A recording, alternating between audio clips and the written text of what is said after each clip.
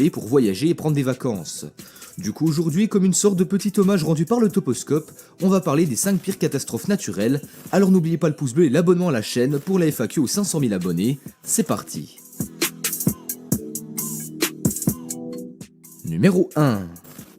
C'est en décembre 1920 qu'a eu lieu le tremblement de terre le plus meurtrier de l'histoire de la Chine. Dans la région de Heian en Chine, un tremblement de terre de magnitude 8,5 sur l'échelle de Richter a fait plus de 300 000 morts.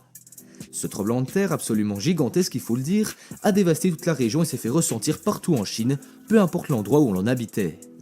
Le séisme a même créé des inondations conséquentes et de nombreux glissements de terrain, détruisant même en partie le village de Suizhou. Les conséquences de cette catastrophe ne sont toujours pas finies et à cause de ce tremblement de terre, l'hiver cette année-là en Chine a été bien plus difficile que tous les hivers précédents que l'on avait pu connaître jusque-là, en créant des famines et en gonflant par la même occasion le nombre de décès. Numéro 2.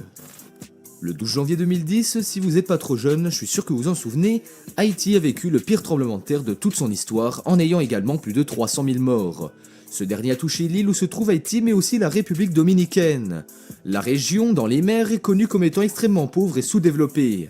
Le gouvernement haïtien n'avait pas les moyens de gérer cette crise ni de venir en aide aux pauvres sinistrés et citoyens de l'île. Les habitations et les infrastructures du pays ne sont pas très solides et ont été facilement détruites par le séisme et la catastrophe naturelle.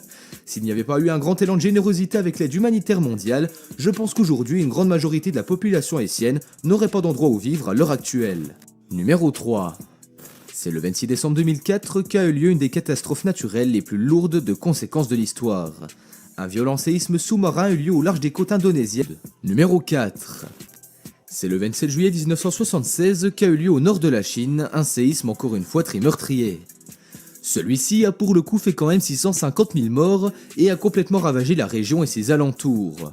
Même s'il n'a duré que 14 secondes seulement, il a réussi à atteindre 8,2 sur échelle de Richter et le tremblement de terre a eu lieu très tôt le matin vers 4-5 heures alors que beaucoup de personnes dormaient encore.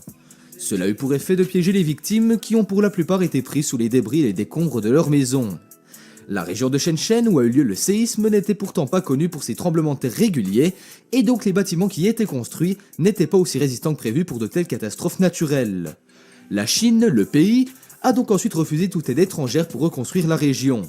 Ça a pris beaucoup de temps et beaucoup d'efforts notamment pour tout remettre sur pied mais aujourd'hui, la région et ses alentours ont été rebâtis avec même un monument dédié à la mémoire des victimes.